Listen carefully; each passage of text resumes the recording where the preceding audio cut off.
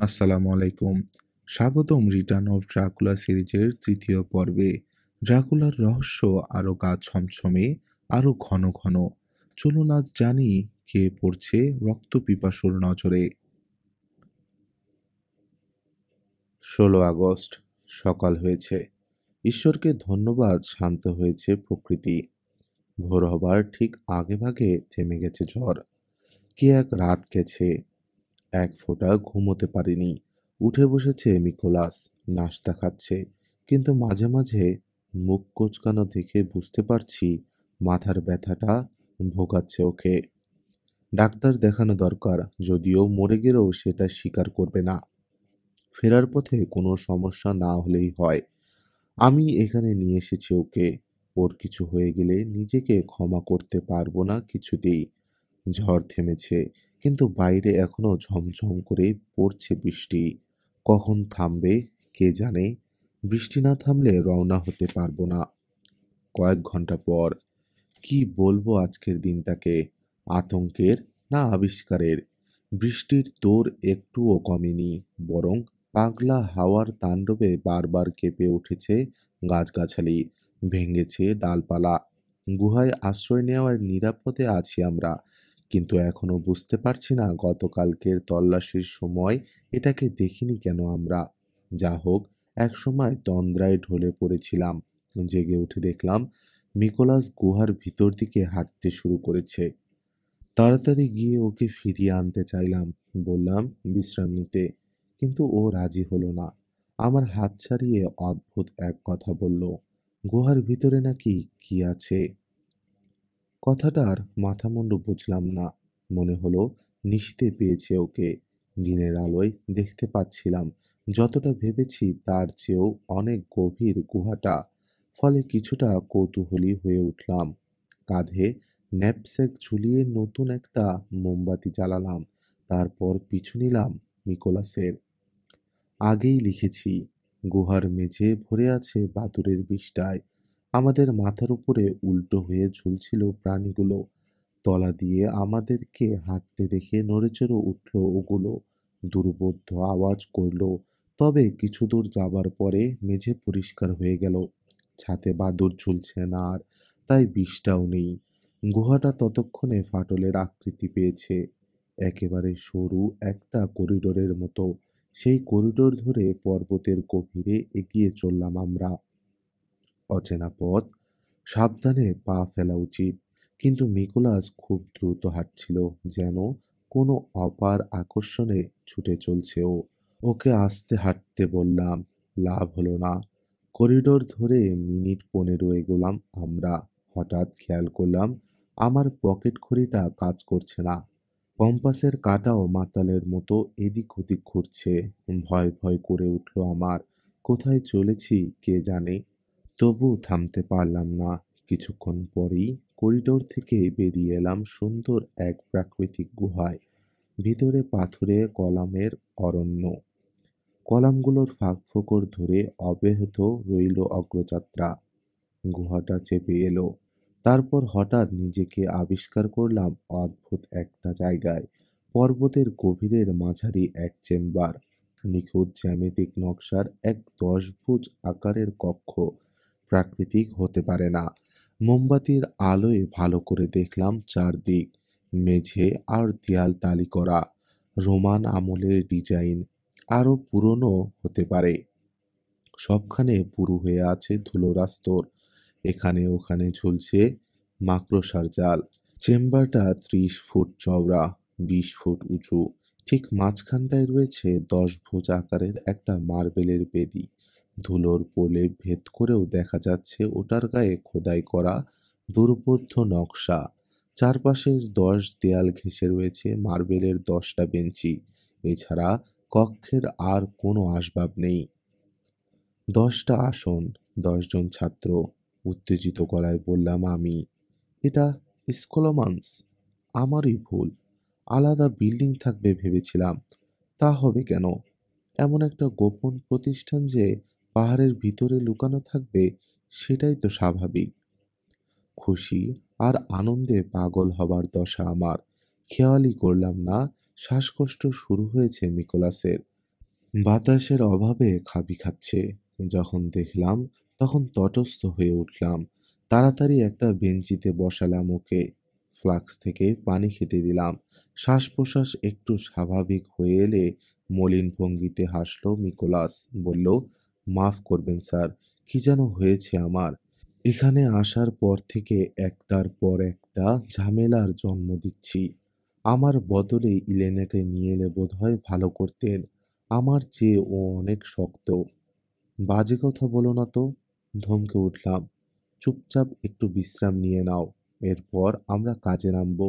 বুঝতে পারছো না, মিশরীয় সমাধির মতো একটা গুরুত্বপূর্ণ আবিষ্কারের দ্বারপ্রান্তে পৌঁছে গেছি আমরা। বিশ্রামের ফাঁকে খাওয়া দাওয়া সেরে নিলাম আমরা। তারপর নামলাম চেম্বারের তল্লাশিতে। খুঁটিয়ে খুঁটিয়ে দেখলাম প্রতিটি ইঞ্চি। ধুলোবালির আস্তর সরিয়ে উন্মুক্ত করলাম রং বেরঙের টালি। দেয়ালে দেখতে পেলাম হাতে আঁকা বিভিন্ন রকম ছবি। যুদ্ধ বিগ্রহ, সন্ন্যাসীদের ধর্মপ্রচার, নরবলি, এ ধরনের নানা দৃশ্য ফুটিয়ে তোলা হয়েছে ছবিগুলোতে। আঁকা হয়েছে উজ্জ্বল রঙে। তাতে লালের আধিক্য চোখে পড়ে। মনে হয় যেন রক্তের পটভূমিতে আঁকা হয়েছে প্রতিটা ছবি। কাজটাতে মগ্ন হয়ে পড়েছিলাম দুজনে। হঠাৎ বিস্মিত হয়ে লক্ষ্য করলাম যে পথে এই চেম্বারে ঢুকেছি সেটা আর খুঁজে পাচ্ছি না। ব্যাপারটা অবিশ্বাস্য, অসম্ভব, কিন্তু বাস্তব। চারপাশে ১০টা দেওয়ালেই মনে হলো নিরেট। ফাঁকফোকর নেই কোনো। ঢুকবার সময়কার পায়ের ছাপ অনুসরণ করে যে ফিরবো তারও কোনো উপায় নেই। চেম্বারের ভিতর হাঁটাহাঁটি করে পুরনো ছাপগুলো নষ্ট করে ফেলেছি আমরা। চরম হতাশা নিয়ে একটা বেঞ্চিতে এখন বসে আছি আমরা। মাথা খারাপের মতো লাগছে। জার্নাল খুলে বসেছি যাতে সমস্যার কথা ভুলে থাকতে পারি। কিন্তু এভাবে আর কতক্ষণই বা নিজেকে ব্যস্ত রাখা যাবে? নিকোলাস ইতোমধ্যে বাকরুদ্ধ হয়ে পড়েছে। ভয়ার্ত ভঙ্গিতে মাথা নড়ছে ক্ষণে ক্ষণে। ওর সঙ্গে কথা বলার চেষ্টা করেছি। লাভ হয়নি। একটা শব্দও বেরুচ্ছে না ওর মুখ দিয়ে। ১২টা মোমবাতি আছে আমাদের সঙ্গে। জ্বালিয়ে নিভিয়ে খরচ করলে হয়তোবা বেশ কিছুটা সময় চালিয়ে নেওয়া যাবে। কিন্তু পরিস্থিতি এমন যে আলো নেভানোর সাহস পাচ্ছি না। মোমবাতির শিখা কাঁপছে হঠাৎ হঠাৎ। কোত্থেকে যেন বয়ে যাচ্ছে বাতাস। চেষ্টা করেও বাতাসের উৎসাহটা খুঁজে পাইনি। এটুকু পরিষ্কার, দম আটকে মরবো না আমরা, কিন্তু সেটা দুঃসংবাদ। ক্ষুৎপিপাসায় তিলে তিলে মরবার চেয়ে দম আটকে মরে যাওয়া অনেক ভালো। তাতে সময় কম লাগে। ম্লান আলোয় বারে বারে আমার চোখ চলে যাচ্ছে চেম্বারের মাঝখানে মাথা তুলে থাকা ১০ ভোজ বেদিটার দিকে। শরীর নকশা কাটা, তার উপরে ধুলোর আস্তর। মনের ভুল কিনা জানি না, তবে মাঝে মাঝে যেন নড়ে উঠছে বেদিটা। গোড়ায় স্তূপ হয়ে আছে পুরনো শ্যাওলা আর ধুলোর তাল। রেশম গুটির আকৃতি নিয়েছে, তবে অনেক বড়। অনায়াসে একজন মানুষের জায়গা হয়ে যাবে। স্রেফ ময়লার তাল, নাকি ভিতরে কিছু লুকিয়ে আছে বুঝতে পারছি না। না, এ নিয়ে মাথা ঘামাবার শক্তি পাচ্ছি না। আরো কয়েক ঘন্টা পর হাতে কলম নিয়েই ঘুমিয়ে পড়েছিলাম। অদ্ভুত এক স্বপ্ন দেখেছি। স্বপ্নটার অর্থ করলে দাঁড়ায় জলাশয়ের বুকে পাথর ছুঁড়ে ড্রাগনকে জাগিয়েছি আমরা। খুলে ফেলেছি স্কেলোমান্সের গুপ্ত দরজা। সেই সঙ্গে সমন করেছি স্বয়ং শয়তানকে। যত্ত সব, মাথাই খারাপ হয়ে যাচ্ছে আমার। জেগে উঠে নতুন একটা মোমবাতি ধরালাম। টের পেলাম স্বপ্নটাকে গুরুত্ব দিতে না চাইলেও ওটার প্রভাবে বুক কাঁপছে আমার। আলো জ্বালার পরও কমল না সে ভয়। নিকোলাস আমার পাশে ঘুমোচ্ছে। ওকে আর জাগালাম না। কটা বাজে কে জানে। পকেট ঘড়িটা একেবারেই অচল হয়ে গেছে। দম দিলে বড়জোর ২-১ মিনিট চলে, তারপর আবার বন্ধ হয়ে যায়। সময়টা সকাল না রাত কিছুই বুঝতে পারছি না। আরেক দফা খুঁজেছি চেম্বার থেকে বেরোনোর পথ। এবারও ব্যর্থই হতে হয়েছে। কিভাবে উধাও হলো পথটা, এর কোনো ব্যাখ্যা খুঁজে পাচ্ছি না। অতি প্রাকৃত ব্যাপার কিনা জানি না। শুধু এইটুকু জানি, শয়তানের পাঠশালায় বন্দী হয়েছি আমরা। আরো কিছু সময় পরে হাত কাঁপছে আমার, বুক কাঁপছে, তবুও তুলে নিয়েছি কলম। সবকিছু লিখে রাখতেই হবে আমাকে। আতঙ্কে দিশেহারা অবস্থা আমার। শুধু এই কাগজ কলমই আপাতত শান্ত রাখতে পারে আমাকে। তখন লেখা বন্ধ করতেই দেখলাম বেদির গোড়ার তলাটা নড়তে শুরু করেছে। প্রথমে মনে হলো ভুল দেখছি, কিন্তু খানিক পরেই ভেঙে গেল ধারণাটা। নড়াচড়ার ফাঁকে ফাটল ধরলো ওটার গায়ে, কি যেন বেরুতে শুরু করলো ভেতর থেকে, ঠিক ডিম ভেঙে পাখির ছানা বেরুবার মতো। স্থবির হয়ে গেলাম এই দৃশ্য দেখে। একটু পর পিলে চমকে উঠল ময়লার তাল থেকে বেরিয়ে আসা প্রাণীটাকে চিনতে পেরে। মানুষ, একজন মানুষ ওটা। স্বাভাবিক নয়, বলা যেতে পারে মমি। বীভৎস চেহারা, শরীরে মাংস বলতে কিছু নেই। শুকনো চামড়া সেটে আছে খুলি আর হাড়গোড়ের গায়ে। দুলতে দুলতে বেরিয়ে এলো ওটা। তারপর মাকড়সার মতো চার হাত পায়ে ভর দিয়ে কিলবিল করে এগিয়ে এলো আমার দিকে। এরপর আর কিছু মনে নেই। জ্ঞান হারিয়ে ঢলে পড়লাম মেঝেতে। যখন হুঁশ ফিরল প্রথমে মনে পড়ল না কিছু। কিছুক্ষণ পরে সচেতন হয়ে উঠলাম। ঝট করে উঠে বসলাম মেঝেতে। চারপাশে তাকিয়ে দেখলাম অনেকগুলো মোমবাতি জ্বলছে। সেগুলোর আলোয় আলোকিত হয়ে আছে চেম্বারের অভ্যন্তর। কে জ্বেলেছে মোমবাতি জানি না। অদ্ভুত প্রাণীটাকে দেখা যাচ্ছে না কোথাও। নিকোলাসের দিকে তাকালাম। মেঝের উপরে নিস্পন্দন ভাবে পড়ে আছে ও। ডাকলাম কয়েকবার, কিন্তু কোনো সাড়া পেলাম না। তাড়াতাড়ি ছুটে গেলাম ওর পাশে। গায়ে হাত দিয়েই চমকে উঠলাম। একেবারে বরফের মতো ঠান্ডা হয়ে আছে শরীর। কাঁপা কাঁপা হাতে পরীক্ষা করলাম নাড়ি। পরক্ষণে থমকে গেলাম। মারা গেছে নিকোলাস, আমার পুত্র সমছাত্র, আমার বন্ধু। মন ভরে গেল বেদনায়। ওর বদলে আমি মরলাম না কেন? আমাকে সাহায্য করতে এসেছিল ও। মারা গেছে আমারই একগুঁয়েমের কারণে। এই মৃত্যুর কথায় কিভাবে জানাবো আমি ওর বাবা মাকে কিংবা ইলেনাকে? আমি বা কিভাবে সইব ওকে হারানোর ব্যথা? জানি না আমি, কিন্তু কঠিন সত্যকে অস্বীকার করবার উপায় নেই। মারা গেছে ও, পড়ে আছে আমার চোখের সামনে। কষ্টটা চাপা দিয়ে আবারও তল্লাশি করলাম চেম্বারের অভ্যন্তর। লুকানো লিভার, গুপ্ত দরজা, কোনো সম্ভাবনাই বাদ দেইনি। তারপরেও পাইনি কিছু। একটা সম্ভাবনাই কেবল বাকি আছে। অবাস্তব একটা সম্ভাবনা। চেম্বারের গঠনটাই হয়তো বদলে গেছে। এখন আর ঢোকা বেরুনোর কোনো রাস্তা নেই এতে। এই পাঠশালার মালিক যদি সত্যিই শয়তান হয়ে থাকে, তার পক্ষে বস্তুর আকার আকৃতি বদলে দেয়া কঠিন কিছু নয়। সত্যি কি তাই? ভয় করছে আমার। বেদির গোড়া থেকে বেরিয়ে আসা প্রাণীটা ভিতরেই কোথাও আছে। এখান থেকে বেরিয়ে যাবার কোনো উপায় নেই ওটার। নিকোলাসকে খুন করেছে। এরপর আসছে আমার পালা। ভাবতেই পারিনি সামান্য একটা বৈজ্ঞানিক অনুসন্ধানের পরিণতি এমন দাঁড়াবে। প্রিয় আব্রাহাম, যদি দৈবক্রমে এই জার্নাল তোমার হাতে পড়ে, তাহলে সাবধানে এগিও। যে ভুল আমি করেছি তা তুমি করতে যেও না। শয়তানকে অবজ্ঞা করে নিজের মরণ ডেকে এনেছি আমি। ইলেনা কোভাক্সের ডায়েরি, 23 আগস্ট। খামার ছেড়ে চলে যাচ্ছি আমি, তবে বাবার সঙ্গে নয়। পালাবার সিদ্ধান্ত নিয়েছি। কঠিন এক সিদ্ধান্ত। বুক ধুকপুক করছে, কিন্তু কিছুতেই পিছপা হব না। ছোট একটা ব্যাগে ভরে নিয়েছি নিজের দরকারি জিনিসপত্র। অপেক্ষা করছি সুযোগের। এমনিতে আগামীকাল রওনা হবার কথা আমাদের। তার আগে বৃষ্টিতে যাবার কোনো ব্যবস্থা করতে পারেনি বাবা। বাড়তি এই দিনটাতে নানা ধরনের তিক্ত অভিজ্ঞতার মুখোমুখি হতে হয়েছে।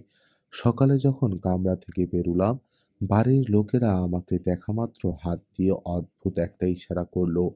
পরে জানলাম ওটা নাকি শয়তানকে তাড়াবার সংকেত। ওদের কাজকর্ম দেখে ক্ষেপে গিয়েছিল বাবা। কুসংস্কারচ্ছন্ন ছোটলোক বলে গালও দিয়ে বসেছে। হাতাহাতি বেঁধে যেত যদি না খামার মালিক তার বউ নাক গলাতো ব্যাপারটার মাঝে। বাবাকে শান্ত করেছে ওরা।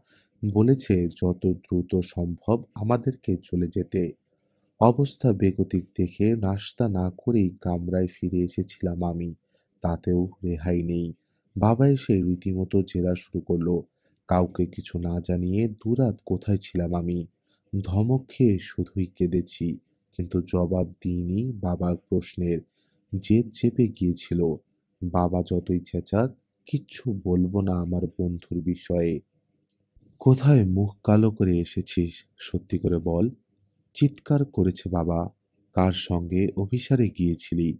কোনো চাষাভুষা নাকি জিপসি ছোকরার সঙ্গে? আমার মান সম্মান সব ধ্বংস করে দিয়েছিস তুই। এখন কে বিয়ে করবে তোকে? হায়, কি করব আমি তোকে নিয়ে? কোন পাপের সাজা দিচ্ছ তুমি আমাকে ঈশ্বর?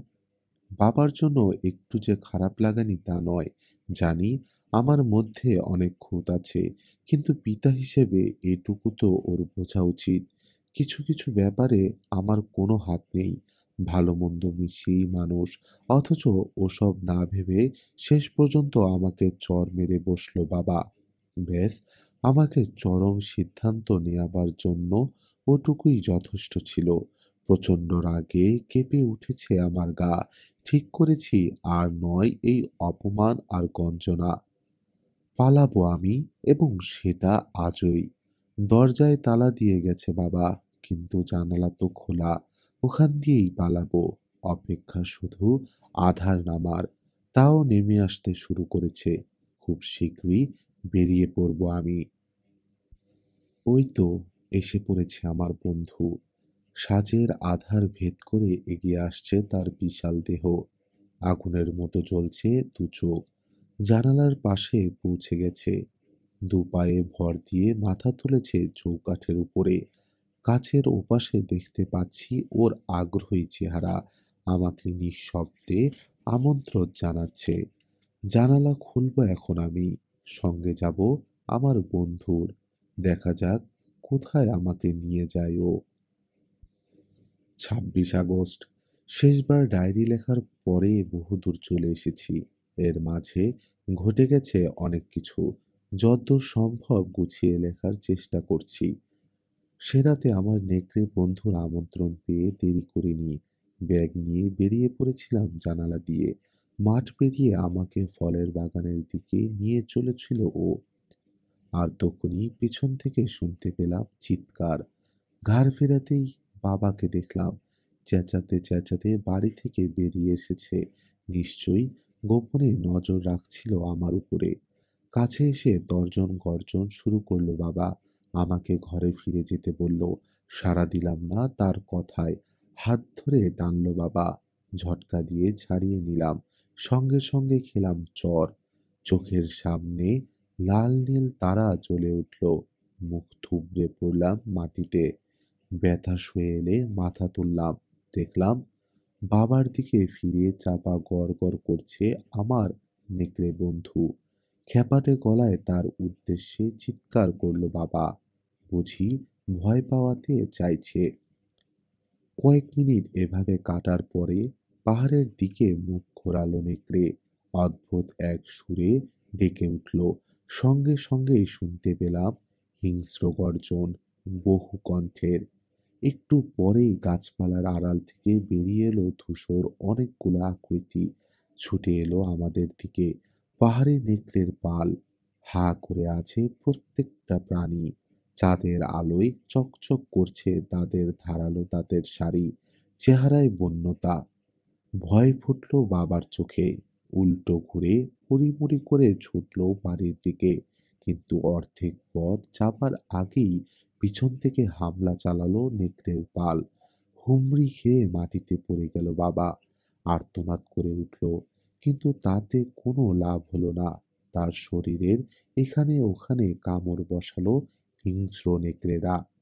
ফ্যাল ফ্যাল করে তাকিয়ে রইলাম আমি। কি ভর করেছিল আমার উপরে জানি না। এক বিন্দু করুণা অনুভব করলাম না। তাগিদ পেলাম না তাকে বাঁচাবার। বরং মনে হলো এটাই বাবার প্রাপ্য। এটাই তার শাস্তি। কিছুক্ষণ দাপাদাপি করবার পরে স্থির হয়ে গেল বাবা। চিরদিনের জন্য। ততক্ষণে তার লাশটা চেনার কোনো উপায় নেই। দলা পাকানো মাংসের তালে পরিণত হয়েছে। সবখানে রক্ত আর রক্ত। আমার নেকড়ে বন্ধু এগিয়ে গেল সেদিকে। বাকি নেকড়েরা সসম্ভ্রমে সরে দাঁড়ালো। কাছে গিয়ে লাশের উপর মুখ নামালো আমার বন্ধু। জিভ বের করে রক্ত চাটতে শুরু করলো। মুখ ঢাকলাম আমি।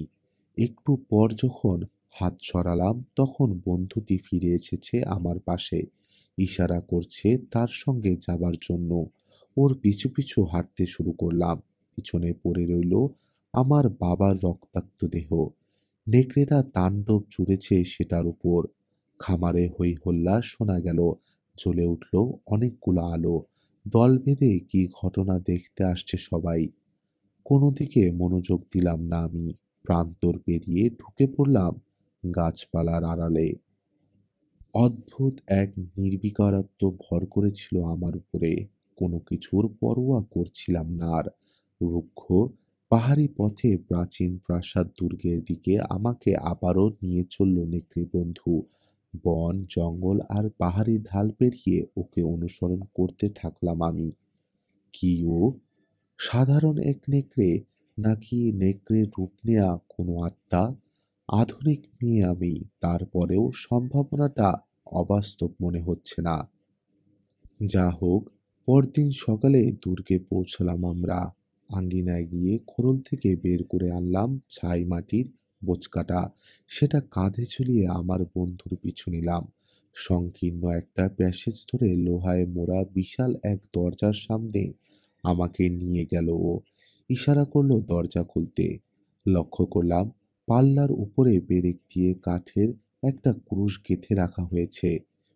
চৌকাঠ আর পাল্লার মাঝখানের ফাঁকগুলো সাদাটে এক ধরনের জিনিস দিয়ে সিল করে দেয়া হয়েছে।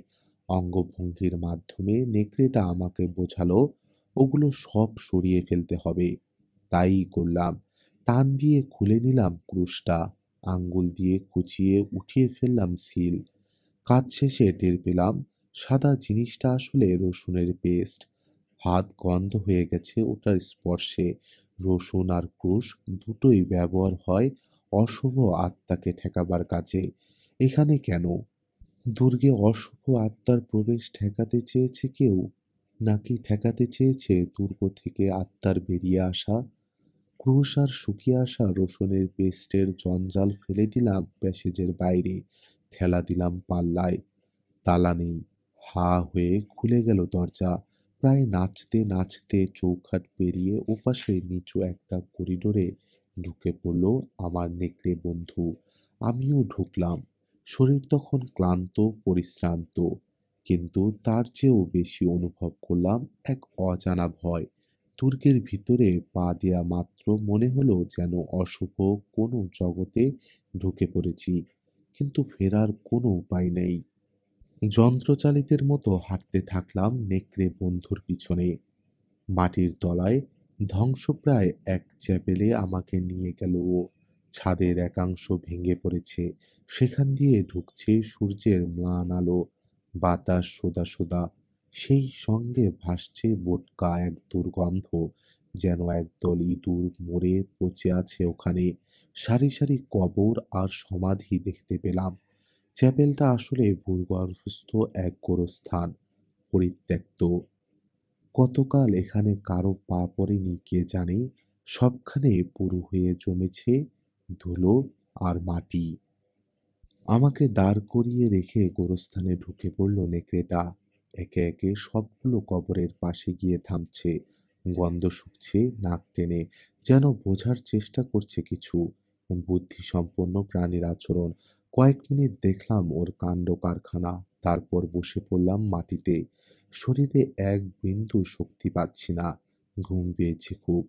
তাই শুয়ে পড়লাম। মাত্র চোখ মুছেছি এমন সময় ফিরে এলো আমার নেকড়ে বন্ধু। জামার হাতা কামড়ে ধরে শুরু করলো টানাটানি। কোথায় যেন নিয়ে যেতে চাইছে। শুয়ে থাকা সম্ভব হলো না। অগত্যা সঙ্গী হলাম ওর। একটা সমাধির সামনে আমাকে নিয়ে গেল ও। আকার আয়তনে ওটা অন্যগুলোর চেয়ে আলাদা। উপরে একটা মাত্র শব্দ লেখা, ড্রাকুলা। নামটা দেখা মাত্র কেমন যে লাগলো তা ভাষায় প্রকাশ করতে পারবো না। অচেনা নাম, তারপরেও মনে হলো বহুকালের পরিচিত। মুগ্ধতায় ভরে উঠল মন, একই সঙ্গে শিউরে উঠল ভয়ে। পরিত্যক্ত ওই গোরস্থান, প্রাচীন দুর্গ, আর দুর্গের বাইরের শ্বাসপদ স্কুল, জঙ্গল যেন নীরবে চিৎকার করে কিছু বলল আমায়। মূর্তির মতো দাঁড়িয়েছিলাম। সংবিৎ ফিরল আমার বন্ধুর আওয়াজে। পাগলের মতো দুপা দিয়ে মাটি খুঁড়ছে ও। খুব শীঘ্রই একটা গর্ত করে ফেললো। এরপর ইশারায় বোঝালো সঙ্গে আনা ছাই মাটি ওখানে ঢেলে ফেলতে হবে আমাকে। তারপর বোচকায় ভরতে হবে সদ্য খোঁড়া আলগা মাটি। অদ্ভুত এই নির্দেশের কোনো আগামাথা খুঁজে পেলাম না। একবার ভাবলাম বুঝি ভুলই করছি ইশারার অর্থ বুঝতে। কিন্তু দাঁত মুখ খিচিয়ে আমাকে হুমকি দিল নেকড়ে। তাই আর দ্বিধা করলাম না। ওর ইচ্ছে মতো গর্তে ছাই মাটি ঢেলে বোচকা ভরে নিলাম নতুন মাটি দিয়ে। কাজ শেষে ফোঁপাতে শুরু করলাম। ক্লান্তির শেষ সীমায় পৌঁছে গেছি। জ্ঞান হারাবার দশা। আমার অবস্থা দেখে সম্ভবত মায়া হলো বন্ধুটির। বোচকার মুখ চোয়ালে আটকে টানতে শুরু করলো। আমাকে চোখের ভাষায় বলল অনুসরণ করতে। অপ্রকৃতস্থের মতো ওকে অনুসরণ করলাম। গোরস্থান থেকে আমাকে বের করে আনলো ও। চওড়া এক সিঁড়ি ধরে নিয়ে গেল দুর্গের উপর তলায়। ওখানকার একটা কামরায় আমাকে পৌঁছে দিয়ে গায়েব হয়ে গেল। ভিতরে কি আছে না আছে খেয়াল করিনি। আবছাভাবে একটা কাউচ দেখতে পেয়ে সেটার উপর ঢলে পড়েছি। ঘুমিয়েছিলাম না জ্ঞান হারিয়ে ফেলেছিলাম বলতে পারবো না। জেগে উঠেছি একটু আগে। এখন ওই কামরায় বসেই ডায়েরি লিখছি। কামরাটা এককালে খুব সুন্দর ছিল, বোঝা যায়। দামি আসবাবপত্র, মেঝেতে গালিচা, জানালায় রেশমি পর্দা, মাথার উপরে বহু মূল্য ঝাড়বাতি। এখন অবশ্য কিছুই অবশিষ্ট নেই। আসবাবপত্রে ঘুণ ধরেছে, পোকায় খেয়ে ফেলেছে গালিচা আর পর্দা। ঝাড়বাতির কাজ কালো হয়ে গেছে ময়লা পড়ে। সবখানে ধুলো আর মাকড়সার জাল। পুরনো একটা গন্ধ আসছে বাতাসে। বাইরে সাঁঝের আঁধার নামতে শুরু করেছে। অনেক খুঁজেও কামরায় কোনো মোমবাতি পাইনি। রাতের অন্ধকারে এই ছমছমে পরিবেশে একাকী থাকতে হবে ভাবতেই আতঙ্কে হিম হয়ে আসছে হাত পা। কোথায় গেল আমার বন্ধু? কেন একাকী ফেলে গেল আমাকে? আর কি ফিরবেও? নাকি ক্ষুধা তৃষ্ণায় তিলে তিলে মরতে হবে আমাকে? লেখার ফাঁকে ফাঁকে জানালা দিয়ে বাইরে তাকাচ্ছি আমি। ধবল জ্যোৎস্নার আলোয় ম্লান করছে প্রকৃতি। শ্বেতবর্ণ ধারণ করেছে দুর্গের দেয়াল, উঁচু পাহাড়সারি আর ঘন অরণ্য। মোহনীয় এক পরিবেশ। নেশার মতো লাগছে আমার। কে যেন হাত বোলাচ্ছে আমার গায়ে। শুনতে পাচ্ছি জলতরঙ্গের মতো হাসি। মোলায়েম সুরেলা নারী কণ্ঠ। একটা নয়, কয়েকটা। বোন আমাদের, ফিসফিসালো একটা কণ্ঠ। মিষ্টি বোন, ঠান্ডা লাগছে আমার, ভীষণ ঠান্ডা। ২৭ আগস্ট, সকাল। তাড়াতাড়ি যা লেখার লিখে ফেলতে হবে আমাকে। হাত কাঁপছে আমার, চোখ ভরে আছে পানিতে, দৃষ্টি ঘোলা। গলার কাছে দলা পাকি আছে কি যেন, বুক ফেটে যাচ্ছে কষ্টে। তারপরেও লিখতে হবে আমাকে। কাল সন্ধ্যায় ডায়েরি লেখা শেষ করতে পারিনি। আচমকা প্রচণ্ড ঠান্ডায় ঠক ঠক করে কাঁপতে শুরু করেছিলাম। হাড্ডি মজ্জা জমে যাচ্ছিল সেই ঠান্ডায়। মনে হচ্ছিল কোমল ওই হাতগুলোর স্পর্শে এমন দশা হয়েছে আমার। হাতের মালিকদের পরিচয় জানার জন্য ডানে বাঁয়ে তাকালাম, কিন্তু বিস্মিত হয়ে লক্ষ্য করলাম কামরায় আমি একা। তাহলে কারা হাত বোলাচ্ছিল আমার গায়ে? কে কথা বলছিল কানে কানে? গায়ে কাঁটা দিয়ে উঠল আমার। এ সময় ফিরে এলো আমার নেকড়ে বন্ধু। দৃপ্ত ভঙ্গিতে ঢুকলো দরজা দিয়ে। এক লাফে কাউচে উঠে বসলো আমার পাশে। অস্তগামী সূর্যের মতো জ্বলজ্বল করছিল দু চোখ। জিভ দিয়ে যখন হাত চেটে দিল, উত্তাপ অনুভব করলাম। অথচ গত কদিনে যতবারই ওর স্পর্শ পেয়েছি তা ছিল মরার মতো ঠান্ডা। ব্যাপারটা নিয়ে বেশি ভাবতে পারলাম না। আপনাতেই মুদে এলো চোখ। কাউচে শুয়ে পড়লাম আমি। টের পেলাম আমার শরীরের উপর উঠে এসেছে নেকড়েটা। যেন গরম রাখতে চাইছে আমাকে। গলায় ওর জিভ আর দাঁত স্পর্শ পেলাম। শিহরিত হলাম অজানা এক আনন্দে। বোধহয় স্বপ্নই দেখতে শুরু করলাম। আমার বন্ধুটির দিকে তাকাতে ওকে আর নেকড়ে বলে মনে হলো না। মনে হলো দীর্ঘদেহী একজন মানুষ, ও যার হাতের আঙ্গুলগুলো অস্বাভাবিক রকম লম্বা। মানুষটা নিরেট নয়, আমার খুব কাছেই দাঁড়িয়ে আছে, কিন্তু ছুতে পারছে না আমাকে। আমিও পারছি না তাকে ছুতে। লোকটার মনের গহীনে লুকিয়ে থাকা হতাশা আর আকাঙ্ক্ষা অনুভব করতে পারছিলাম। মনে হচ্ছিল সে জড় জগতে ফিরে আসার জন্য উন্মুখ হয়ে উঠেছে। দিব্য চোখে আবার দেখলাম পুরনো সেসব দৃশ্য। পাহাড়, বনানীর মাঝ দিয়ে ছুটে চলা, তারপর বুকে ছুচালো গজালের আঘাত আর আধারে নিমজ্জিত হাওয়া। এসব দেখতে দেখতে হঠাৎ ঝাঁকি খেলাম আমি। তীব্র ব্যথায় কুঁকড়ে গেল দেহ। মনে হলো পাঁজর বিদীর্ণ করে কিছু একটা ঢুকে পড়ছে শরীরে। কাঁকিয়ে উঠলাম। গঙ্গানি বেরিয়ে এলো মুখ দিয়ে। তবে বেশিক্ষণ স্থায়ী হলো না সে ব্যথা। একটু পর পরম প্রশান্তি ভর করলো আমার মাঝে। স্বপ্নহীন নিরুদ্বেগের ঘুমে তলিয়ে গেলাম। আধ ঘন্টা আগে যখন ঘুম ভাঙল, দেখলাম সকাল হয়ে গেছে। দেখলাম আরেকটা ব্যাপার, আমার বন্ধু, আমার গত কদিনের একান্ত সঙ্গী মরে পড়ে আছে আমার পাশে। বুক যে কেমন করে উঠল তা বলে বোঝাতে পারবো না। ওকে জড়িয়ে ধরলাম আমি। কাঁদতে শুরু করলাম হাউমাউ করে। তারপর থেমে গেলাম হঠাৎ। নতুন একটা কণ্ঠ শুনতে পাচ্ছি। না, বাইরে থেকে নয়, আমারই মাথার ভিতরে। কণ্ঠটা বলল, নেকড়ের ভিতরে আশ্রয় নেয়া আত্মাটা ওই দেহ ছেড়ে বেরিয়ে এসেছে। আপাতত ওটা ঠাঁই নিয়েছে আমার ভিতরে। শোক করবার প্রয়োজন নেই, কারণ নেকড়েকে নয়, আমি ভালোবেসেছিলাম ওই আত্মাকে। সেটা হারিয়ে যায়নি। স্বপ্নে দেখা দীর্ঘদেহী মানুষটি এই আত্মার মালিক। সেই আমার আসল সঙ্গী। তার সঙ্গে খুব শীঘ্রই পরিচিত হতে পারবো, যদি না নিজের দায়িত্ব পালনে ব্যর্থ হই। আরও বলা হলো আমাকে তার দরকার। একমাত্র আমি এখন তাকে জাগিয়ে তুলতে পারবো, সাহায্য করতে পারবো রক্ত মাংসের রূপে ফিরে আসতে। তার আত্মা, তার দেহ, সমস্ত দায়ভার এখন আমার। কিছুতেই ব্যর্থ হওয়া চলবে না আমার। তাহলে কোনো দিনই মিল হবে না আমাদের। পাগল হয়ে যাচ্ছি কিনা জানি না, এসব তো পাগলামিরই লক্ষণ। কেন যেন তা বিশ্বাস হতে চাইছে না। মনে হচ্ছে সত্যি আমার জীবনসাথীর সন্ধান পেয়েছি আমি। তার জন্য সব কিছু করতে পারি। আমার বাবা, নিকোলাস বা আন্দ্রে চাচা কেউই আর গুরুত্বপূর্ণ নয় আমার জীবনে। মনে মনে ছিন্ন করেছি ওদের সঙ্গে সমস্ত বন্ধন। আমার সারা অস্তিত্ব জুড়ে এখন কেবল একজনেরই স্থান, আমার ওই অদৃশ্য সঙ্গীত। তাকে আমি ভালোবাসি।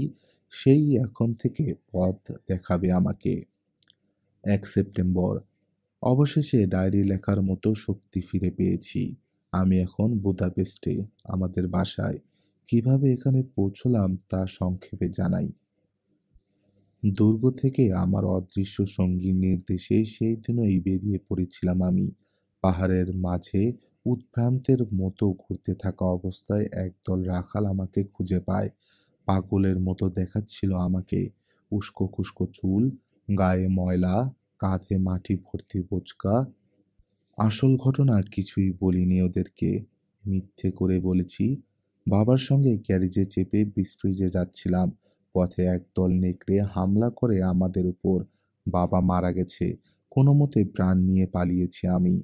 আমার এই কাহিনী বিশ্বাস করেছিল ওরা। বেশি প্রশ্ন করেনি। গ্রামে নিয়ে গিয়ে আমার সেবা শুশ্রূষা করেছে। নতুন পোশাক দিয়েছে। তারপর তুলে দিয়েছে বুদাপেস্টগামী ট্রেনে। বলা বাহুল্য সবকিছুই ঘটে চলেছে আমার অদৃশ্য সঙ্গীর ইশারায়। ও যা বলেছে তাই করেছি আমি। নিজের ইচ্ছে বলতে কিছু নেই। এখন আমি স্রেফ ওর হুকুমের দাসী। যেভাবে আমাকে চালাচ্ছে সেভাবেই চলছি। আনন্দের সঙ্গে। বাড়িতে এখন আমাদের বুড়ি হাউসকিপার ছাড়া আর কেউ নেই। ওর মুখে শুনলাম নিকোলাসকে নিয়ে আন্দ্রে চাচা নাকি কি এক অভিযানে গেছেন। অন্তত ২-১ সপ্তাহের আগে ফিরছেন না। অবাক হইনি। সুযোগ পেলেই ঘর ছেড়ে দূর দূরান্তে বেরিয়ে পড়া চাচার স্বভাব। উনি না থাকাতে বরং খুশি হয়েছি। এক্ষুনি বাবার মৃত্যু সংবাদ দিতে হলো না। ঘটনাটার সঠিক ব্যাখ্যা দেয়া সম্ভব হতো না আমার পক্ষে। বাড়িতে চাচার একটা চিঠি পড়ে আছে, আব্রাহাম ভ্যান হেলসিং এর লেখা। খোলা হয়নি। বোধহয় ওটা পৌঁছানোর আগেই রওনা হয়ে গেছেন চাচা। কেন যেন চিঠি পড়ে দেখবার তীব্র ইচ্ছে অনুভব করছি, যদিও অন্যের চিঠি পড়া একদম উচিত নয়। না, কাজটা ঠিক হবে না। লেখা থামাই। চিঠি লিখতে হবে এখন আমাকে। আন্দ্রে কোভাক্সের কাছে আব্রাহাম ভ্যান হেলসিং এর চিঠি। এই চিঠি প্রফেসর কোভাক্স পাননি। ২৮ আগস্ট, অ্যামস্টারডাম। প্রিয় আন্দ্রে, প্রথমেই ক্ষমা চেয়ে নিচ্ছি তোমার চিঠির জবাব দিতে এত দেরি করায়। গত কিছুদিন মন বিক্ষিপ্ত হয়েছিল অন্য একটা বিষয়ে। কোনো কাজে মন দিতে পারিনি। আমার স্ত্রী মারা গেছে আন্দ্রে। কষ্ট পেয়েছি। কিন্তু বলতে দ্বিধা নেই, মৃত্যুটা এক অর্থে মুক্তি দিয়েছে ওকে। বেঁচে থাকতেই ওর জন্য বরং বেশি কষ্ট পেতাম আমি। ওর ব্যাপারটা তো তুমি জানো। পাগল হয়ে গিয়েছিল। অনেকদিন থেকে মানসিক হাসপাতালে পড়েছিল বেচারি। আমাকে পর্যন্ত চিনতে পারত না। স্ত্রী বেঁচে থাকা সত্ত্বেও আমি বিপদ নিচ্ছিলাম এতগুলো বছর। এবার সেই সুতো ছিঁড়ে গেছে। ভালোই হয়েছে একদিক থেকে। যাকগে, থাক সে কথা। তোমার অভিযানের প্রসঙ্গে আসা যাক। আগ্রহ জাগাবার মতো একটা কাজে নামতে চলেছ, কিন্তু তোমাকে সতর্ক করে দেবার প্রয়োজন মনে করছি। আগেই জানিয়েছি, শয়তানের অশুভ ক্ষমতার ব্যাপারটা স্রেফ গল্পকথার মধ্যে সীমাবদ্ধ নয়। ড্রাকুলার অস্তিত্বই ছিল সেটার সবচেয়ে বড় প্রমাণ। স্কেলোমান্স আছে কি নাই, এই প্রশ্ন যদি করো তাহলে নির্দ্বিধায় বলবো ওটা আছে। তবে শয়তানের ওই পাঠশালায় পৌঁছানো সহজ হবে না। নিঃসন্দেহে অত্যন্ত গোপন ও সুরক্ষিত জায়গায় লুকিয়ে আছে ওটা। শয়তানও নিশ্চয়ই এমন সব বাধা বিপত্তির জাল বিছিয়ে রেখেছে যাতে সাধারণ কোনো মানুষ পৌঁছতে না পারে ওখানে। তবে তোমার মতো উদ্যমী, জ্ঞানী ও বুদ্ধিমান মানুষ যে সেসব বাধা উতরে যেতে পারবে তাতে আমার কোনো সন্দেহ নেই। কিন্তু তারপর স্ক্যালোমান্স খুঁজে বের করবার ফলাফল যে কি হতে পারে তা কি তুমি ভেবে দেখেছ? এই পরিস্থিতিতে একটাই পরামর্শ দিতে পারি তোমাকে। মানবে কি মানবে না সেটা তোমার ব্যাপার। আমি বলবো স্কলোমান্সকে ঘাটাতে যেও না। যেমন আছে তেমনই থাকতে দাও অশুভ ওই পাঠশালাকে। না, শুধু পরামর্শ নয়, এ আমার অনুরোধ। যেও না তুমি এই অভিযানে, প্রিয় বন্ধু আমার। কিছুতেই না। ইতি আমার বন্ধু আব্রাহাম ভ্যান হেলসিং। মিনা হারকারের কাছে ইলেনা কোভাক্সের চিঠি। ১ সেপ্টেম্বর। প্রিয় মাদাম হারকার, শ্রদ্ধা নেবেন। জটিল এক পরিস্থিতিতে এই চিঠি লিখছি। ভয়ানক এক ঘটনা ঘটে গেছে। আমার বাবা মারা গেছেন। সন্ধ্যাবেলায় ছবি আঁকতে গিয়েছিলেন। কারো বারণ শোনেনি। ফলে যা ঘটার তাই ঘটেছে। বুনো নেকড়ের আক্রমণের শিকার হয়েছিলেন। যখন তাকে উদ্ধার করা হয় তখন আর করবার কিছু ছিল না। অল্প সময় পরেই শেষ নিঃশ্বাস ত্যাগ করেন তিনি। খামারে আর থাকা সম্ভব হয়নি আমার পক্ষে। সোজা ফিরে এসেছি বাড়িতে। কিন্তু এখানে পৌঁছেই দেখলাম আন্দ্রে চাচা আর নিকোলাস এক অভিযানে চলে গেছে। কবে ফিরবে তার কোনো ঠিক নেই। ওরা জানে না ফেরার সঙ্গে সঙ্গে কি এক দুঃসংবাদ পেতে চলেছে। এদিকে আমার মাথা খারাপের অবস্থা। একাকী এ বাড়িতে কিছুতেই মন বসছে না। একজন সঙ্গীর দরকার অনুভব করছি প্রতি মুহূর্তে। আপনার প্রতি তাই আমার অনুরোধ, যদি সম্ভব হয় কয়েকটা দিন আপনাদের ওখানে এসে থাকতে দিন আমাকে, চাচা না ফেরা পর্যন্ত। অনুরোধটা করছি নিতান্ত অনন্য পায়ে হয়ে। কথা দিচ্ছি আপনাদের কোনো অসুবিধে করব না। প্রয়োজনে আপনাদের কাজকর্মেও সাহায্য করতে রাজি আছি। তারপরেও যদি আপত্তি থাকে আমি কিছু মনে করব না। কিন্তু যদি এটুকু উপকার করেন আমি সেটা সারা জীবন মনে রাখব। আর কিছু লিখতে পারছি না। আপনার সিদ্ধান্ত তাড়াতাড়ি জানাবেন। বিনীত, ইলেনা কোভাক্স। মিনা হারকারের কাছে ইলেনা কোভাক্সের চিঠি। ৫ সেপ্টেম্বর। প্রিয় ইলেনা, তোমার চিঠি পড়ে খুব কষ্ট পেলাম। এখানে আসতে চাইছো, অবশ্যই আসবে। এই পরিস্থিতিতে একাকী থাকা উচিত হবে না তোমার। মিস্টার কোভাক্সের মৃত্যুর খবর শুনে আমরা সবাই মর্মাহত। কার্পেথিয়ানের মতো জায়গায় আরেকটু সতর্কভাবে চলাফেরা করলে হয়তো এ ঘটনা ঘটতো না। কিন্তু এখন আর এ নিয়ে মাতম করে লাভ হবে না। যত তাড়াতাড়ি পারো চলে এসো। প্রফেসর ভ্যান হেলসিংকেও খবর দিয়েছি আমরা। তোমার চাচার ঘনিষ্ঠ বন্ধু তিনি। নিঃসন্দেহে তোমার পাশে থাকতে চাইবেন। কবে, কখন, কিভাবে আসছো পত্র মারফত জানিও আমাকে। যাত্রার ব্যাপারে কোনো ধরনের সাহায্য বা পরামর্শের প্রয়োজন হলে চাইতে দ্বিধা করো না। আমি আর জনাথন এসব ব্যাপারে বেশ অভিজ্ঞ। ইংল্যান্ডে পৌঁছানোর পর ট্রেনে চেপে এক্সেটারে আসতে পারবে, অথবা আমরাই লন্ডনে গিয়ে তোমাকে রিসিভ করতে পারি। কিসে তোমার সুবিধা হয় জানিও।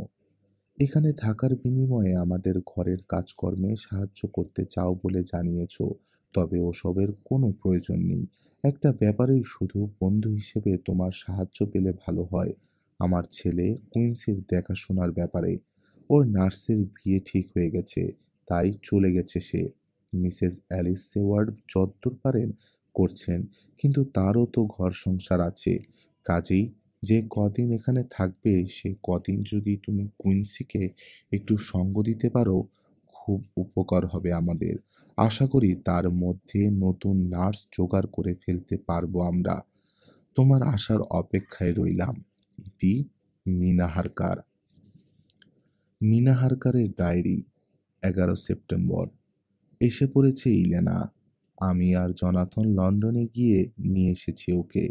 বাড়ির সবচেয়ে বড় গেস্ট রুমটায় উঠেছে ও। বেশ ভালো লাগছে মেয়েটা আসায়। হোক অল্প সময়ের জন্য, তাও তো একজন সঙ্গী পেলাম। জনাথন অফিসে চলে গেলে একদম একা হয়ে যায়। কথা বলবার কেউ থাকে না। লন্ডন থেকে এক্সেটারে আসার পথে একদম চুপচাপ ছিল ইলেনা। কুশল বিনিময়ের বাইরে খুব একটা কথা বলিনি। লম্বা জার্নির কারণে ক্লান্ত বেচারি। তাছাড়া বাবার শোকও সম্ভবত কাটিয়ে উঠতে পারিনি। তাই আর বিরক্ত করিনি ওকে। এখানে বসে বিশ্রাম আর খাওয়া দাওয়ার পরে অবশ্য সতেজ হয়ে উঠেছে। আমাদেরকে খুলে বলেছে ওর বাবার মৃত্যুর ঘটনা। কাঁদেনি খুব বেশি, কথাও বলেছে বেশ সহজ ভঙ্গিতে। আশা করছি খুব শীঘ্রই স্বাভাবিক হয়ে উঠবে। আন্ত্যেষ্টিক্রিয়ার ব্যাপারে আলোচনায় চরম অনাগ্রহ লক্ষ্য করেছি ইলেনার মাঝে। সংক্ষেপে শুধু বলেছে, চাচা নেই বলে লাশটার সব দায়িত্ব ও জেকেলি কৃষকদের উপর ছেড়ে দিয়ে এসেছে। যা করার ওরাই করবে। কথাবার্তায় মনে হলো ওখান থেকে এক অর্থে পালিয়ে এসেছে মেয়েটা। পিতার শেষকৃত্য সামলাতে চায়নি। ওকে দোষও দিতে পারছি না এজন্যে। অল্প বয়সী একটা মেয়ে, সম্পূর্ণ নিঃসঙ্গ। ওই পরিস্থিতিতে ওর কাছে থেকে দায়িত্বশীল আচরণ আশা করা যায় না। ওকে জানিয়েছি, এখন পর্যন্ত ওর চাচার সঙ্গে যোগাযোগ করতে পারিনি আমরা। ভ্যান হেলসিং শেষ একটা চিঠি পেয়েছিলেন কিছুদিন আগে। তাতে প্রফেসর কোভাক্স লিখেছেন, নিকোলাসকে নিয়ে হারমানস্টেডের কাছাকাছি এলাকা থেকে অনুসন্ধান শুরু করতে চলেছেন। ওরা এখন ঠিক কোথায় তা কেউই বলতে পারছে না। অবস্থা দৃষ্টে মনে হচ্ছে অভিযান শেষ না হওয়া পর্যন্তই অপেক্ষা করতে হবে প্রফেসর কোভাক্সের জন্য। ইলেনা শুতে যাবার পর পার্লারে বসেছিলাম আমি আর অ্যালিস, মানে মিসেস সেওয়ার্ড। গল্প করার ফাঁকে উঠে এলো আমাদের নতুন অতিথির প্রসঙ্গ। ইলেনা এসে পড়ায় নিজের বাড়িতে ফিরে যাবেন অ্যালিস বললেন, কুইন্সিকে ফেলে যেতে হবে ভেবে খারাপ লাগছে। ইলেনা ওকে সামলাতে পারবে কিনা কে জানে। ওসব নিয়ে চিন্তা করবেন না তো, বললাম আমি। আপনার নিজেরও তো সংসার আছে। স্বামীকে ফেলে আর কতদিন এখানে পড়ে থাকবেন জানি, কিন্তু কুইন্সির জন্য মন কেমন করছে। ইলেনা নিজেই তো একটা বাচ্চা মেয়ে, দুঃখ কষ্টে কাতর হয়ে আছে, ওর উপরে অসুস্থ ছেলেটার দায়িত্ব চাপানো। তুমি চাইলে আমি আরো কিছুদিন থেকে যেতে পারি। না, না, তার কোনো দরকার নেই। ইলেনা একা নয়, আমিও তো আছি এখানে। দুজনে সামলে নেব যেভাবে পারি। আপনি এমনিতেই যথেষ্ট করেছেন। কথাটা জোর দিয়ে বললেও মনে মনে একটু যে শঙ্কা অনুভব করিনি তা নয়। মিসেস সেওয়ার্ডের উপর যেভাবে নির্ভর করেছি এতদিন, সেটা ইলেনার বেলাতে সম্ভব হবে না। সত্যি বলতে কি, অ্যালিস সেওয়ার্ডকে অত্যন্ত পছন্দ করি আমি, শ্রদ্ধা করি। মনে মনে বড় বোনের আসনে বসিয়েছি তাকে। এই আসন তিনি জয় করে নিয়েছেন নিজের যোগ্যতায়। শুরুতে কিন্তু এমন ছিল না। ভদ্রমহিলা ডাক্তার সেওয়ার্ডের চেয়েও বয়সে 10 বছরের বড়। বিধবা এই মহিলাকে যখন তিনি বিয়ে করবার সিদ্ধান্ত নেন, আমরা সবাই আপত্তি জানিয়েছিলাম। ভেবেছিলাম আমার বান্ধবী লুসির শোকে অমন একটা বোকামি করতে চলেছেন ভদ্রলোক। কিন্তু সেসব কথা কানে তোলেননি ডাক্তার। বিয়ের পরে টের পেয়েছি, ভালো কাজই করেছেন তিনি। আলিসের মতো নম্র, দয়ালু আর সাহায্যপরায়ণ মহিলা আর হয় না। লুসির ব্যাপারটাও জানেন তিনি। জানেন ডাক্তার সেওয়ার্ডের বাগদত্তা ছিল ও। ড্রাকুলার শিকার হয়ে অকালে মারা গেছে। এসব কাহিনী বেশিরভাগ মানুষই বিশ্বাস করবে না, অথচ অ্যালিস করেছেন। আমাদের সবার প্রতি সহানুভূতি আছে তার। ফলে খুব অল্প সময়েই আমাদের মন জয় করে নিতে সক্ষম হয়েছেন। বলতে দ্বিধা নেই, এই অ্যালিস সেওয়ার্ডকে সম্পূর্ণ বিশ্বাস করি আমি। তার কাছে খুঁজে পাই অটল পাথরের মতো অবলম্বন। উনি চলে গেলেই অবলম্বনটা হারাবো আমি। খারাপ লাগাটাই স্বাভাবিক। 14 সেপ্টেম্বর। মিসেস সেওয়ার্ড চলে গেছেন। ইলেনাও চমৎকারভাবে আমাদের মাঝে মানিয়ে নিয়েছে নিজেকে। কুইন্সির সঙ্গে বেশ খাতির হয়ে গেছে ওর ইতিমধ্যে। নিয়মিত সঙ্গ দিচ্ছে, খেলছে বা ঘুম পাড়াচ্ছে। কুইন্সিও ধীরে ধীরে ভক্ত হয়ে উঠছে ওর। দুজনকে একসঙ্গে দেখতে বেশ ভালো লাগে। আমিও ঘনিষ্ঠ হয়ে উঠছি ইলেনার সঙ্গে। লুসির পর সত্যিকার অর্থে কোনো বান্ধবী ছিল না আমার এতদিন। কিন্তু এবার বুঝি পেতে চলেছি তেমন একটা বান্ধবী। আশাবাদী হয়ে উঠছি। অবশ্য লুসি আর ওর মধ্যে আকাশ পাতাল ফারাক। লুসি ছিল হাসিখুশি, উচ্ছল, কিন্তু ইলেনা রীতিমতো গম্ভীর একটা মেয়ে। তারপরেও ওর সঙ্গে কথা বলবার সময় অদ্ভুত এক আনন্দে ছেয়ে যায় হৃদয়। কেন এমন বোধ করি কে জানে। 16 সেপ্টেম্বর। চমৎকার একটা দিন কাটলো আজ। জনাথন অফিসে চলে গেলে কুইন্সিকে নিয়ে হাঁটতে বেরিয়েছিলাম আমি আর ইলেনা। আমাদের বাড়ির খুব কাছেই রয়েছে গ্রাম্য এলাকা। সেখানে অবারিত প্রকৃতি। আবহাওয়া ছিল চমৎকার, খুব গরম নয়, আবার ঠান্ডাও নয় তেমন। সূর্যের আলোয় ঝলমল করেছিল প্রকৃতি। গাছপালার ফাঁক দিয়ে ধেয়ে আসছিল তনুমন জুড়ানো হাওয়া। বুনো ঝোপঝাড়ে ফুটে রয়েছিল রং বেরঙের ফুল। গির্জার কাছে একটা কুঁড়ে ঘরে থেমে চা খেয়েছি আমরা, গল্প করেছি।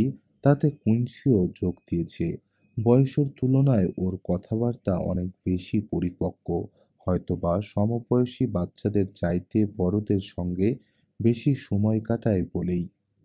অসুখের কারণে খেলাধুলা করতে পারে না বেচারা। গির্জার পাশ দিয়ে যাওয়ার সময় ওখানকার গোরস্থান দেখবার ইচ্ছে প্রকাশ করল না ইলেনা। বোধহয় সদ্য প্রয়াত বাবার কথা ভেবেই। ওর এই সামান্য অনুরোধ রক্ষা করায় তেমন কোনো ক্ষতি ছিল না, কিন্তু রাস্তা থেকে গোরস্থানের দিকে তাকিয়েই দমে গেলাম। কতকাল থেকে জায়গাটার পরিচর্যা করা হয় না কে জানে। অযত্নে অবহেলায় ঘাস আর আগাছার জঙ্গল সৃষ্টি হয়েছে ওখানে। তার মাঝ থেকে মাথা উঁচু করে রেখেছে পুরনো কবর ফলকের সারি। বয়সের ভারে কালচে হয়ে উঠেছে ওগুলো। গায়ে শ্যাওলার আস্তর। গোরস্থানের পুরোটাই ছায়ায় ঢাকা। তাকালে অশুভ অনুভূতি হয়। কুইন্সির জন্য এমন পরিবেশ মোটেই উপযুক্ত নয়। তাই যতটা সম্ভব ভদ্রভাবে প্রত্যাখ্যান করলাম অনুরোধটা। ইলেনা মনে হলো মনঃক্ষুণ্ণ হয়েছে, কিন্তু কিছুই করার ছিল না আমার। যা হোক, বাড়ি ফেরার পথে আবার স্বাভাবিক হয়ে গেল ও। হাসি মুখে কথা বলল, হাঁটলো চপ্পল পায়ে। উজ্জ্বল সূর্যালোকে ওর চেহারায় রক্তের আভা দেখতে পেলাম। ফ্যাকাশে ভাবটা কেটে যাচ্ছে। ব্যাপারটা লক্ষ্য করে ভালো লাগলো। বাবা হারানোর শোক ধীরে ধীরে কাটিয়ে উঠছে মেয়েটা। বাড়ি ফেরার পরে ঘুমোতে পাঠালাম কুইন্সিকে। শুতে চাইছিল না ও, কিন্তু ভুলিয়ে ভালিয়ে ইলেনা ঠিকই বিছানায় নিয়ে গেল ওকে। ওর কথা ফেলতে পারে না আমার ছেলে। আজ সারাদিন খুব ভালো কেটেছে ওর। অসুস্থতার বিন্দুমাত্র চিহ্ন দেখিনি। আশায় উদ্বেল হয়ে উঠেছে মন। হয়তোবা আর 10টা বাচ্চার মতো স্বাভাবিকভাবে বড় হয়ে উঠবে ও। সন্ধ্যাটাও বেশ উপভোগ করেছি আমরা। ডিনার শেষে চা নিয়ে বারান্দায় বসেছিলাম আমি, ইলেনা আর জনাথন। গল্প করতে করতে উপভোগ করেছি সূর্যাস্ত। দিনের শেষ আলোয় রাঙা হয়ে উঠেছিল আমাদের বাড়ির সামনের বাগান। সেদিকে তাকিয়ে মন ভরে গেছে অদ্ভুত এক আনন্দে। রাতে শোয়ার জন্য যখন বিছানা ঠিকঠাক করছিলাম তখন আমার কামরায় এলো ইলেনা। জনাথন শুয়ে পড়লে আয়নার সামনে বসেছিলাম দুজনে। চুল আঁচড়ে দিয়েছি একে অন্যের, ঠিক যেভাবে লুসি আর আমি চুল আঁচড়াতাম। ক্ষণিকের জন্য ফিরে গিয়েছিলাম পুরনো সেই দিনগুলোয়। হাসি ঠাট্টা আর গল্প করে চুল আঁচড়েছি আমরা। ইলেনার চুলগুলো আমার চেয়ে কালো, আমার চেয়ে লম্বাও বটে, যাকে বলে দীঘল কালো চুল। আগে ব্যাপারটা খেয়াল করিনি। এভাবেই শেষ হলো চমৎকার দিনটা। 22 সেপ্টেম্বর। গত কয়েকদিন ডায়েরি লিখিনি। লেখার মতো কিছু ছিলও না। উল্লেখযোগ্য কিছু ঘটেনি এ কদিনে। তাতে আমার কোনো অভিযোগ নেই। বেশ ভালো কেটেছে দিনগুলো। আজও ডায়েরি খুলেছি স্রেফ একটা স্বপ্নের কথা লিখব বলে। যদ্দূর সম্ভব বর্ণনা করছি পুরো ঘটনা, কল্পনার রং না মিশিয়ে। গত কিছুদিনে ইলেনা আর আমার জন্য রাতে ঘুমানোর আগে চুল আঁচড়ানো এবং গল্প করাটা অলিখিত এক রীতিতে পরিণত হয়েছে। কাল রাতে লক্ষ্য করলাম ওকে অন্যান্য দিনের চাইতে বেশি সুন্দর লাগছে। গালে গোলাপি আভা। চুল আঁচড়ানোর ফাঁকে হঠাৎ ও আমার হাত ধরে বলল, মাদাম মিনা, আমি যে আপনার প্রতি কতটা কৃতজ্ঞ তা ভাষায় প্রকাশ করতে পারবো না। এখানে আশ্রয় দিয়ে আমার বিরাট উপকার করেছেন আপনি। সুখী করে তুলেছেন আমাকে। কারণ এই বাড়িতে আমি স্বাধীন। আগে কোনোদিন এমন স্বাধীনতা পাইনি আমি। কথাটা বলেই আমাকে জড়িয়ে ধরল, চুমু খেলো গাল আর ঘাড়ে। চমকে উঠলাম। ওর আবেগটা ঠিক স্বাভাবিক মনে হলো না। ভদ্রভাবে ওর আলিঙ্গন থেকে ছাড়িয়ে নিলাম আমি নিজেকে। বললাম, এভাবে বলো নাইলে না। তুমি এখানে আসায় আমরাও খুব খুশি। আমাদের সংসারে পূর্ণতা এনে দিয়েছো তুমি। তোমার মতো একজন সঙ্গী দরকার ছিল কুইন্সির। যতদিন খুশি এখানে থাকতে পারো, আমাদের কোনো আপত্তি নেই। চাইলে পাকাপাকি ভাবেও থেকে যেতে পারো। মানে, তোমার চাচা যদি রাজি হন আর কি। এখন তো উনি তোমার অভিভাবক। আমাদের দরজা তোমার জন্য সব সময়ই খোলা থাকবে। এ কথা শুনে চোখ থেকে অশ্রু গড়াতে শুরু করলো ইলেনার। সুন্দর মুখশ্রী আরো সুন্দর দেখালো ক্রন্দরত অবস্থায়। আমাকে বারবার ধন্যবাদ জানালো। শেষ পর্যন্ত আমি যখন বিছানায় গেলাম, জনাথন তখন ঘুমিয়ে পড়েছে, সারাদিনের পরিশ্রমে ক্লান্ত। জাগালাম না ওকে। তার বদলে বালিশে মাথা রেখে এটা সেটা ভাবতে শুরু করলাম। ঘুম আসছিল না কেন যেন। হঠাৎ সচকিত হয়ে উঠলাম। অন্ধকারে কিছু দেখা যায় না, কিন্তু ষষ্ঠ ইন্দ্রিয় দিয়ে অনুভব করলাম কিসের যেন উপস্থিতি। বাদুড় বা পাখি জাতীয় কিছু। পরিষ্কার শুনলাম ডানা ঝাপটানোর আওয়াজ। জনাথনের মধ্যে কোনো প্রতিক্রিয়া লক্ষ্য করলাম না। মরার মতো ঘুমোচ্ছে ও। ব্যাপারটা মনের ভুল বলে সন্দেহ হলো। উঠে বসলাম, স্থির হয়ে রইলাম কিছুক্ষণ, কিন্তু না, আবার শোনা গেল ডানা ঝাপটানোর আওয়াজ। জনাথনকে ডাকতে গিয়েও ডাকলাম না। সাবধানে নেমে পড়লাম বিছানা থেকে। ড্রেসিং রুমে গিয়ে দরজা আটকালাম। তারপর জ্বালালাম একটা মোমবাতি। কামরা আলোকিত হয়ে উঠলে চারপাশে উপর নিচে ভালো করে তাকালাম। কোথাও কিছু নেই, অথচ কানে তখনও শুনতে পাচ্ছি ডানা ঝাপটাবার আওয়াজ। আয়নার সামনে ধপ করে বসে পড়লাম। মাথা চেপে ধরলাম দু হাতে।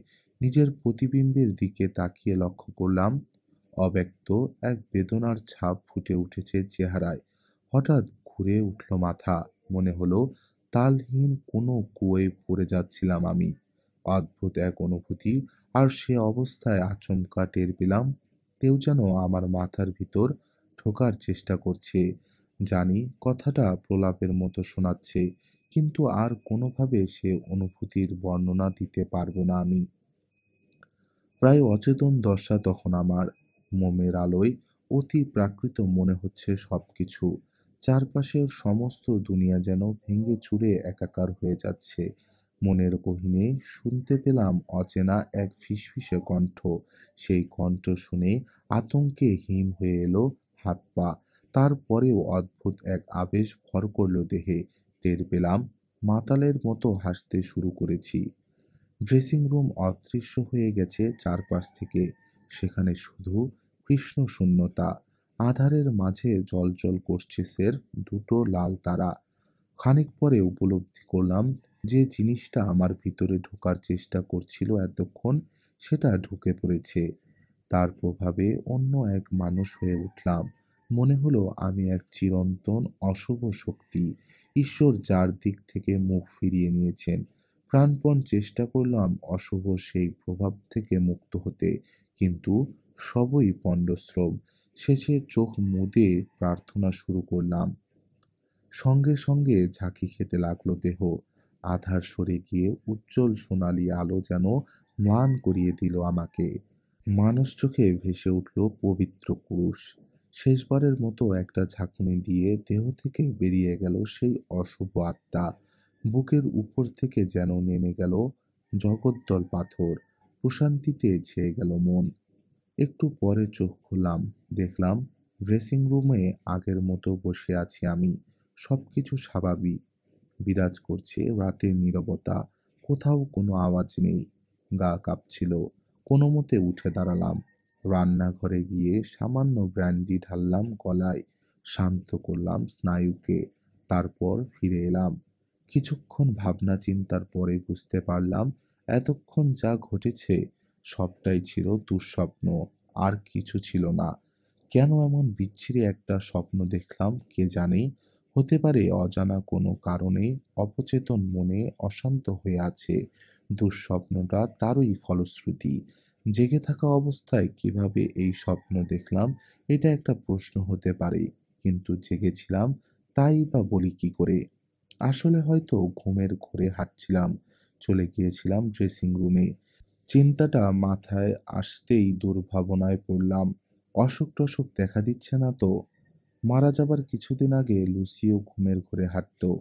আমারও কি? না না, এসব কি ভাবছি? সামান্য একটা দুঃস্বপ্ন নিয়ে এতটা উতলা হবার কোনো মানে হয় না। তাছাড়া এ ধরনের স্বপ্নকে মোকাবেলা করবার শক্তি আমার আছে। তৃতীয় পর্বে আরও এক ধাপ এগোলো রহস্যের কাহিনী। ড্রাকুলা কি সত্যিই ফিরেছে, নাকি এটা কারো সাজানো ফাঁদ? উত্তর আছে সামনে, আগামী পর্বেই। ভালো লাগলে লাইক দিন, শেয়ার করুন আর সাবস্ক্রাইব করে পাশে থাকুন। ধন্যবাদ সবাইকে। সুস্থ থাকুন, সচেতন থাকুন আর গল্পে থাকুন।